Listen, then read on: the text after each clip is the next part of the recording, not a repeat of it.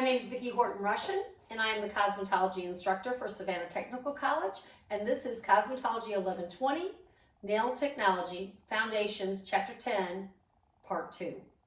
Okay, we left off at types of ownership, and we're moving on now to purchasing established business. So when you purchase an established business, it gets a little bit more crazy, okay? A little bit more things that you have to do. So purchasing an existing salon, spa, or barbershop could be an excellent opportunity for you, and it can be. You just have to make sure that you dot all your I's. But as with anything else, you have to look at all sides of that picture. In general, any agreement to buy an established business should include the following items, okay? First item it needs to include is your financial audit to determine the actual value of that business once the current owner's bookings are taken out of the equation. Okay. The second thing is written purchase and sale agreement to avoid any misunderstandings. You want everything in writing, guys. Don't take anything verbal. Everything needs to be in writing, and pictures are worth 1,000 words. Complete and signed statement of inventory indicating the value of each article. Make sure you take pictures of everything they say is going to be left in there so that when you buy the place, you don't open the door and go, what happened to all the sinks? Where's all the chairs? Okay. If applicable, a transfer of note, mortgage, lease, or bill of sale, including an investigation of the buyer to determine whether there are defaults on the debts. If they've defaulted on anything, you are going to be responsible for it. So you want to make sure that you check all that out ahead of time. And if you have a good lawyer, they'll do it for you. Okay, just make sure of it. That's a good business mind, is to make sure that you know the things that need to be done. Make sure that you confirm the identity of the owner. I mean, it may not even be the person that owns the establishment. So make sure that it's the person that owns the business.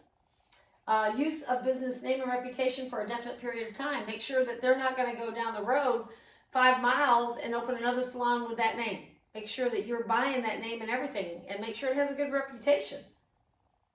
Disclosure of any and all information regarding the shop's clientele and its purchasing and service habits. Doesn't help if you're not keeping all the stylists or keeping all the nail technicians or keeping the clientele records. I mean, if you don't even know who to call, send out a new email, say, I'm the new owner of so-and-so.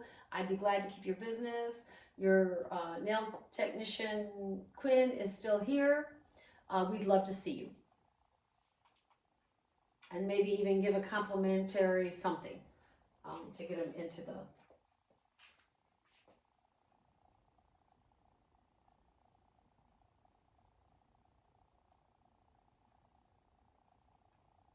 So, confirm their identity, we did that one. So, disclosure of the conditions of the facility. Confirm the identity of the owner. I'm sorry. Disclosure of the conditions of the facility if you are buying the actual building. A full inspection is in order. Many other legalities also apply as noted by your realtor and your attorney. Okay.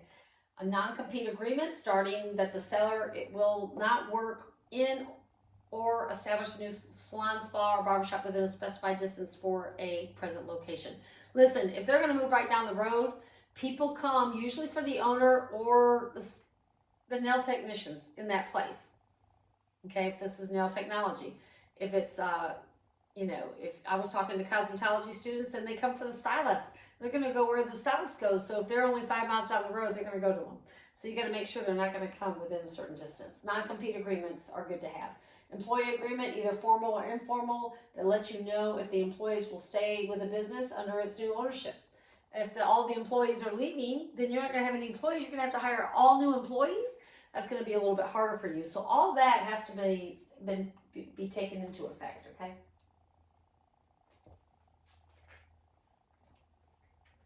All right.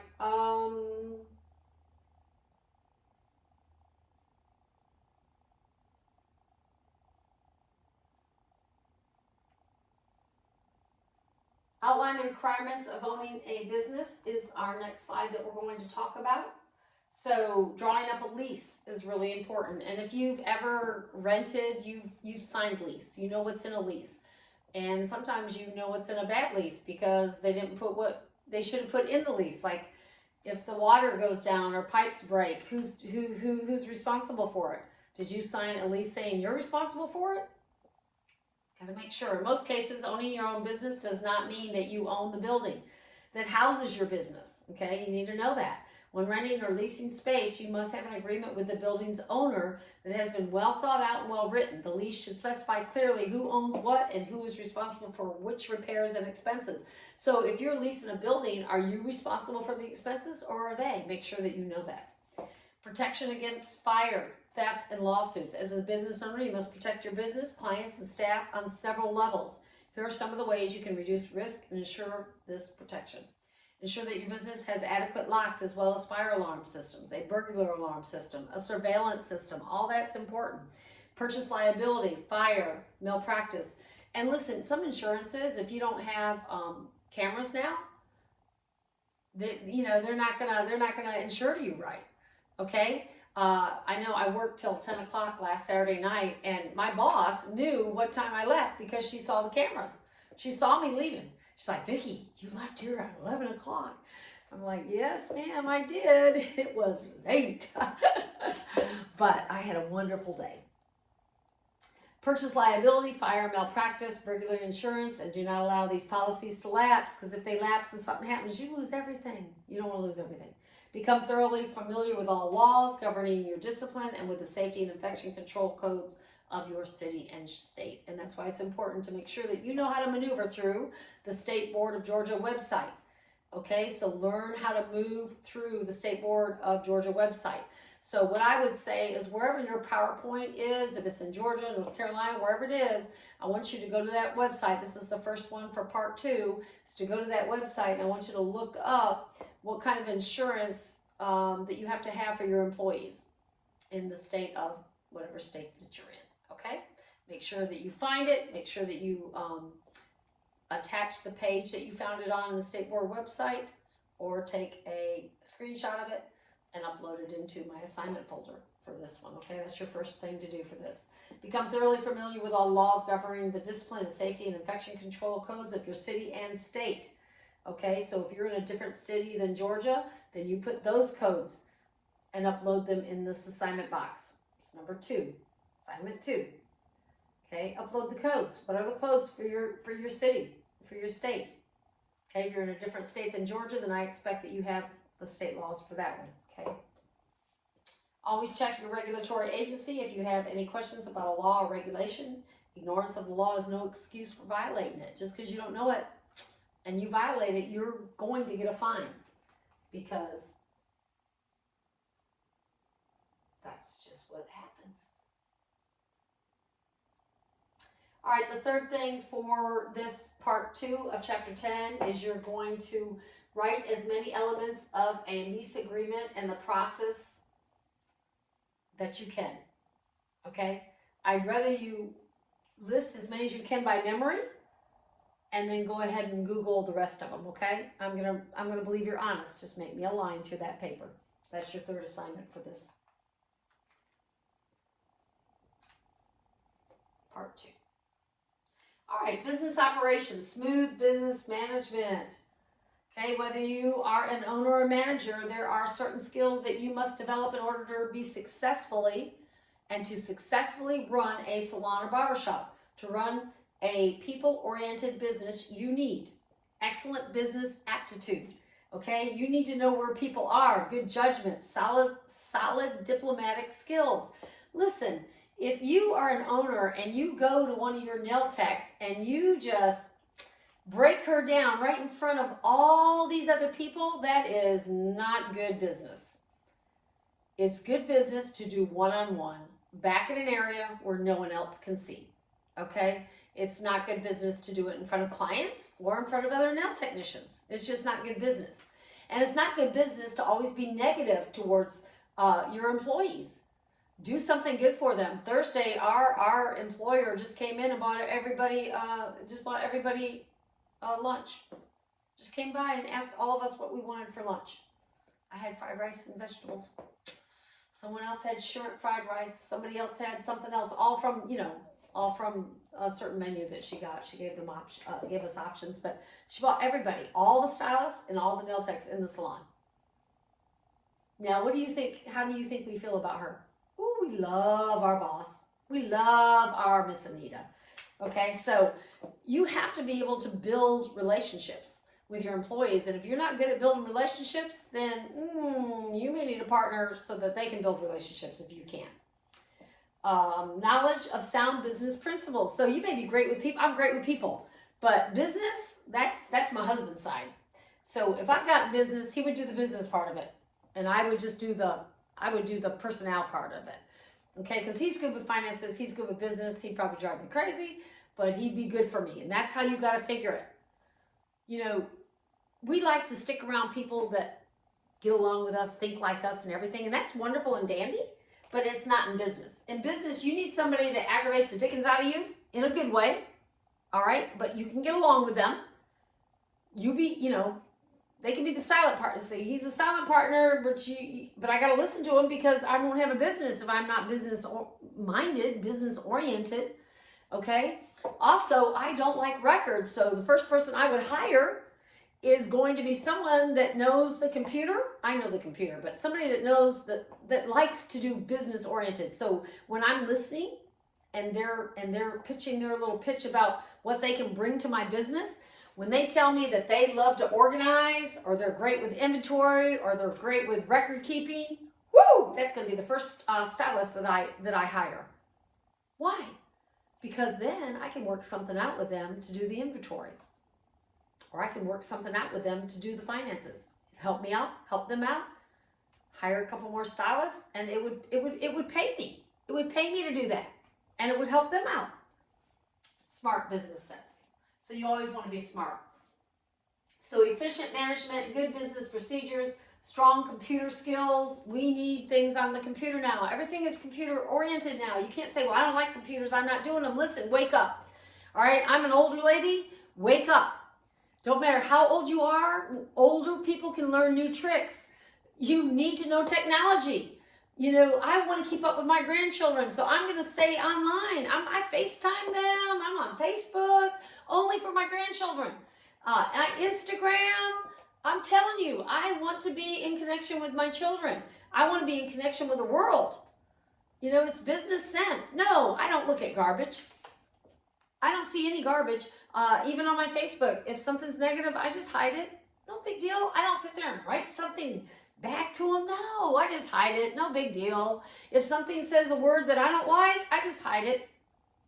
And I keep on moving. I don't have to read nothing. I don't have to look at nothing I don't want to look at. Okay? I'm telling you, guys, it can work. Cooperation between management and employees. If you don't have a good relationship with your employees, they're not going to treat your business very well, and they're going to talk bad about your business, which is going to hurt your business. Everything hurts your business. Just like if you're married and you're talking about your husband, you're actually talking about yourself. You're hurting yourself because you guys are one. The business is where you're making money, so don't talk bad about it. Talk good about it. Okay, because you want it to be successful. And you say, well, there's bad things going on. There's bad things going on in every business, guys. If you really want to get behind the doors. But the whole thing is are you bringing the positive to it? Are you bringing the asset to it? See, what I would bring to a business is I would bring positiveness. I would bring the go-gettingness. I would bring the happiness. I clean. I'm a great asset to where I work. They love that I'm there because I fold their towels. On the nail side, I don't even use that many towels, but I fold their nail towels when I'm not busy. I clean all 3 sinks, not just the one I use. I clean the back bar, even if it's not my mess. I clean it anyways. I organized all the shelving when I went in there. I'm not the organizer, but I organized it. Why? Because it needed to be organized. I cleaned behind all the stations. Why? Because it was a little dusty. And if an inspector comes in and goes like that, then there's dust. I don't want dust. Make sure there's no dust. So what are you going to bring to your business? That's a good thing to have. Trained and experienced personnel. So you want people that are very mature in your business, but you also want newcomers. But you don't want all newcomers because it's going to hurt your client. It's going to hurt your business. You don't want all experienced clientele where all you get is older people. You want to get the variety, guys. So you have to have very experienced clientele or very experienced nail technicians, and some that are inexperienced. Right now we have another guy that she has brought on, and I'm not sure if she brought him on permanently or if he's a friend and he's coming in and she's paying him so much to train a couple of her nail techs, but she has one of the nail techs that doesn't really speak English, and she doesn't really do anything except for pedicures. He's teaching her to do nails. And then she'll be another vital asset to her salon. Very smart lady. Smart business. Excellent customer service. Okay? A smile is worth 1,000 words. Okay? A smile and a bubbly attitude draws clients. So you want people that have a bubbly attitude. If you're hiring people, honestly, fake it till you make it, guys. Well, I'm not very bubbly. Fake it. A smile makes you look like you're bubbly even when you're not. On the inside, you can be all stressed out with just a smile. And then proper pricing. Okay? If you're way high, you're going to lose clients. If you're way low, then they're going to wonder why are they way low. So you want to be like right in the middle. Okay? People will pay for it. People will pay for it. All right, a lot. Allocation of money. Okay, where's all your money go? This is something like I wanted to do in part 1, except for you're going to do a color chart of your expenses, advertising, laundry, light, power. As a business operator, you must always know where your money is being spent. A good accountant and an accounting system are indispensable. Nowadays, we have the internet. You can almost do most of the stuff on your own. Okay, and I don't even like doing business sense, but I can do it. But will vary depending on your locality and the discipline that you have.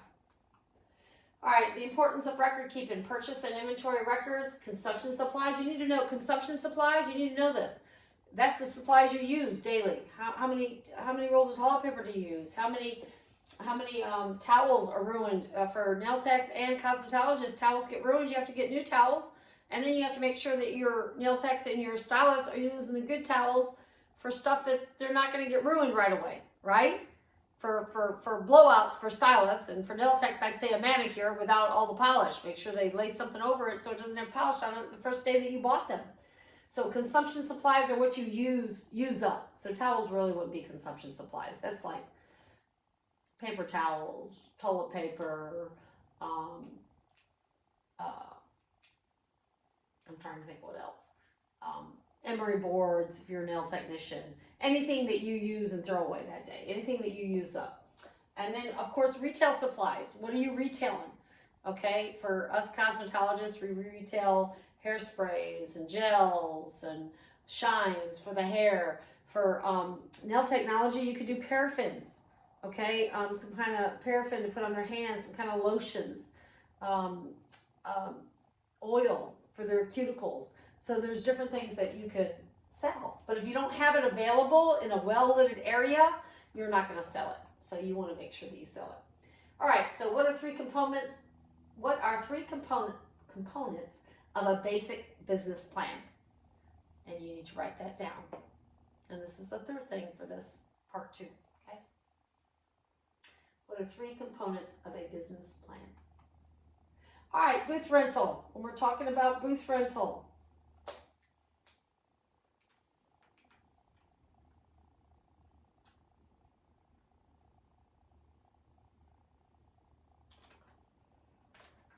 so many people see booth rental or renting a station as a more desirable alternative to owning an own business. It's a little bit cheaper. In a booth rental arrangement, a professional generally rents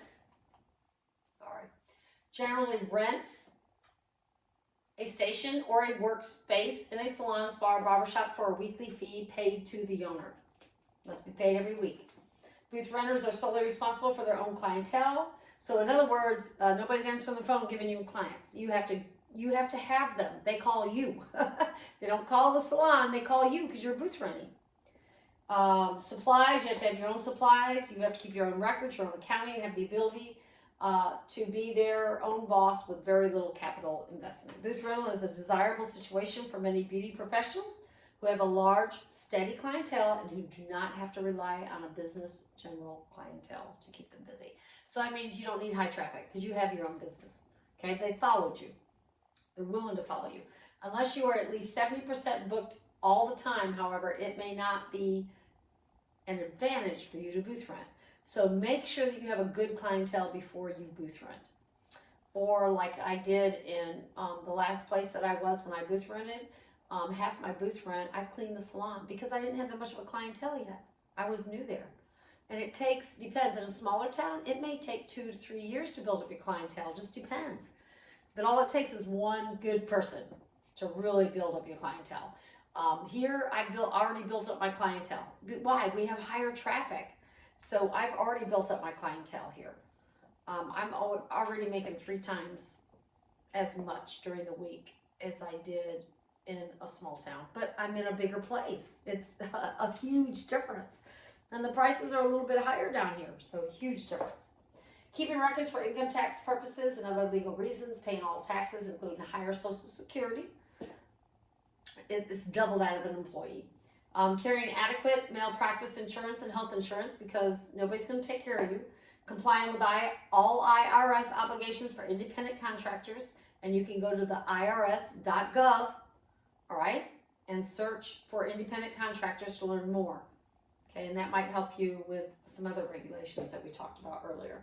Using your own telephone and booking system. Okay, you have to have some kind of record system. And I remember I told you I don't like records, but I keep my own records and then I give them to my husband so he can deal with that for taxes. But I have and I have what works for me. When I rented a booth, I just kept a little box, threw all my receipts in that box. And then I would write them down when I was slow one day. For now, I have a little calendar book and I put every day in there. You know, Tom, 25, you know, Leslie, 110. And then I put the tip in there also. And then I add it up at the end of the day. And then I add it up for the week. And that way, number one, I know how much I'm supposed to get in my paycheck, right? But number two, then I know how much my tips are so my husband can record it for what I make for taxes. So you got to make sure that you keep all that. Creating all professional materials, including business cards, service menu. I mean, you have to create everything. But even where I work now, I created my own service menu because they have a basic, but we each have different prices. Like Marlon, he's been in the business forever. He's very high, okay. But you're paying for his expertise and his speed. Mine are on the lower spectrum. I'm trying to build my business. Not that I won't hire it, you know,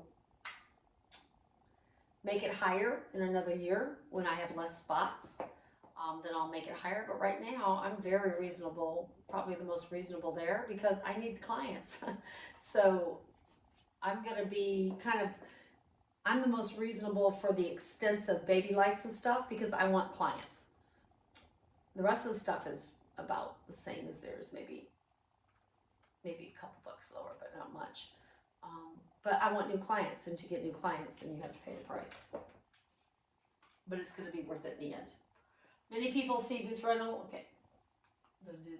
All right. What responsibilities does a booth rental assume? Okay.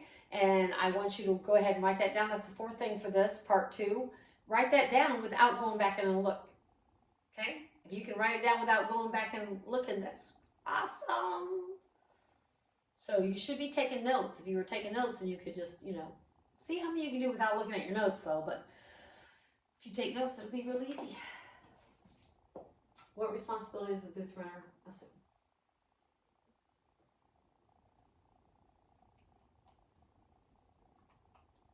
All right, everybody should have done, if you did your trip ticket, not your model, then everybody should have already done their layout for their salon. Make sure you read on what a layout should have.